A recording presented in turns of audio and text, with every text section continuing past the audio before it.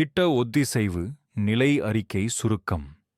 இந்த அமர்வு திட்டத்தின் தொடர்ச்சியான முன்னேற்றத்திற்காக குழுவின் மனப்பான்மையை ஒருங்கிணைப்பதில் முக்கிய கவனம் செலுத்தியது.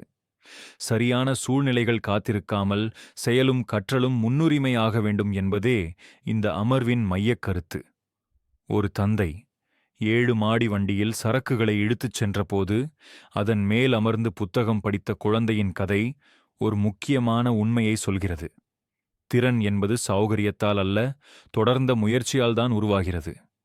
மிகச் சிறந்த சூழ்நிலைகளை காத்திருப்பதை விட அசௌகரியங்களை தாண்டி முன்னேற வேண்டும். கனவுகள் நம்முடைய திறன்களை நினைவூட்டும் வழிகாட்டிகள். கனவு காணாதது தன் திறனை புறக்கணிப்பதற்கு சமம். எப்போதும் முன்னேறுங்கள், எப்போதும் செயல்படுங்கள். தொடர்ச்சியான முயற்சியே முன்னேற்றத்தின் அடிப்படை.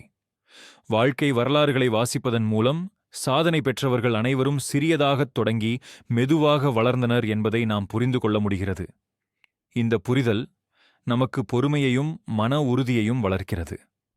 ஒரு கவிதை பகிரப்பட்டு மனமார்ந்த பாராட்டுகள் கிடைத்தது. அணியின் உற்சாகத்தையும் நேர்மறையான பண்பாட்டையும் வலுப்படுத்தியது. தீர்மானமாக உள்ள வளங்களுடன் முன்னேற வேண்டும். தொடர்ந்து கற்றலை நம்முடைய பண்பாட்டாக மாற்ற வேண்டும். முழுமையை விட முன்னேற்றமே முக்கியம்.